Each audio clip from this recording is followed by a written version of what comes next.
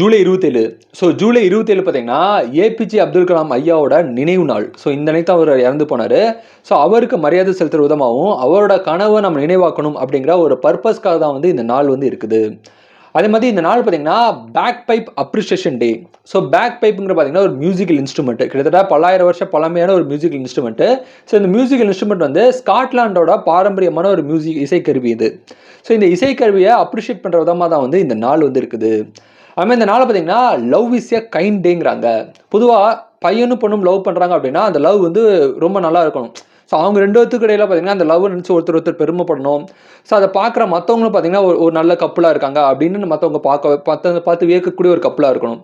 அந்த மாதிரி லவ் வந்து ஒரு கைண்டாக ரெண்டு பேருக்கும் ரொம்ப பீஸ்ஃபுல்லாக நல்லபடியாக அமையணும் அப்படிங்கிறதுக்காக தான் இந்த நாள் வந்து இருக்குது. அதை விட்டுட்டு இந்த சண்டையை போட்டு தெரியக்கூடாது, ஏன்டா இவனை போய் லவ் பண்ணோம் அப்படின்ட்டு சண்டையை போட்டு தெரியாமல் லவ்வபிள் வந்து ரொம்பவே கைண்டாக இருக்கணும். ஹஸ்பண்ட் அண்ட் ஒய்ஃப் ஆகட்டும், லவ்வர்ஸ் ஆகட்டும், ஒருத்தர் அன்னுனியமாக கைண்டாக இருக்கணும் அப்படிங்கிற பர்பஸ்க்காக தான் வந்து இந்த நாள் இருக்குது.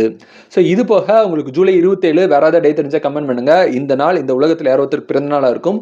உங்களுக்கு பிறந்தநாளாக இருந்தால் உங்களுக்கு என்னோட இனிய பிறந்தநாள் வாழ்த்துக்கள். So happy birthday to you. Thank you.